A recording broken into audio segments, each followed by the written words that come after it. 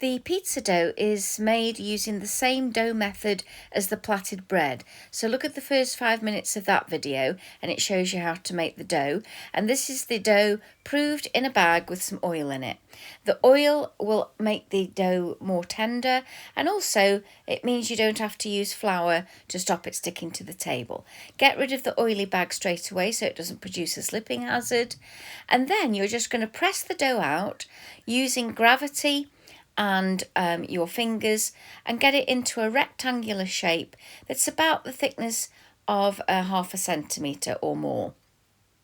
You use your fingers to get it nice and even. Any holes, just pinch them together with your fingers. And then you're going to put this onto a baking sheet. And when it's on a baking sheet, you can mess about with the shape so that it's nice and even. So just keep pressing it, pushing it together to get a nice even shape.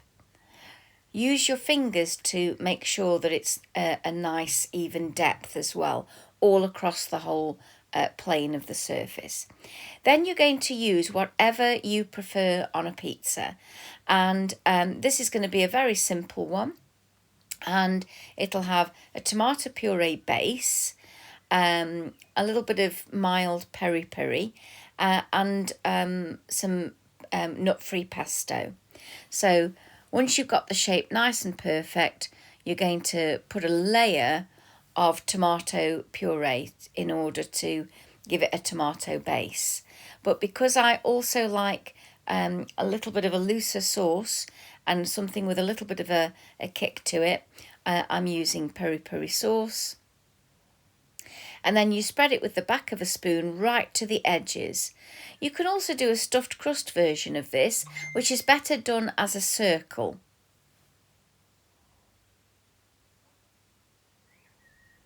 But this one's going to be just a flat one.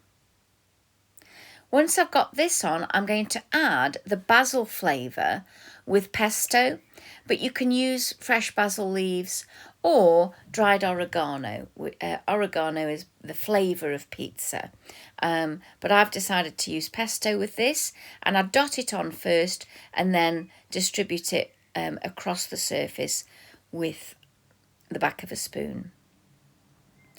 Then you're going to add all your ingredients. Now all the ingredients need to be chopped up nice and small so that they distribute evenly across the surface and cook really well.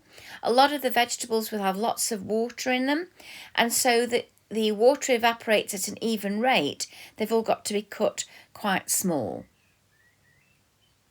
And the choice of meats can be pepperoni, cooked bacon pieces, slices of ham, pepperami sticks that have been cut up, or even cooked sausages that have been cut up.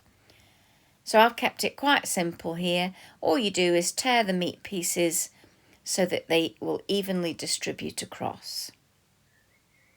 And I put a layer of cheese on, and then all the other ingredients, and then another layer of cheese, and that kind of glues everything in place. This will raise slightly in the oven because this is a yeasted dough, and so although this looks quite flat, it will rise a little bit and have a slight bread texture.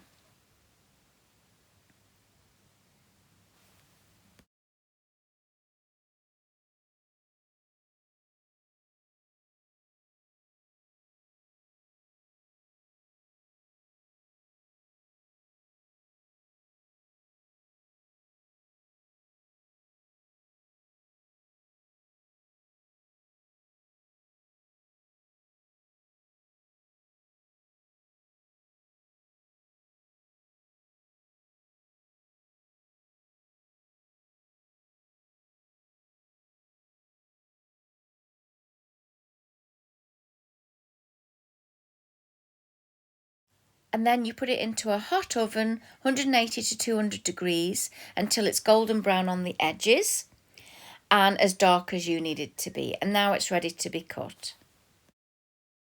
And as you can see, this is quite a generous portion.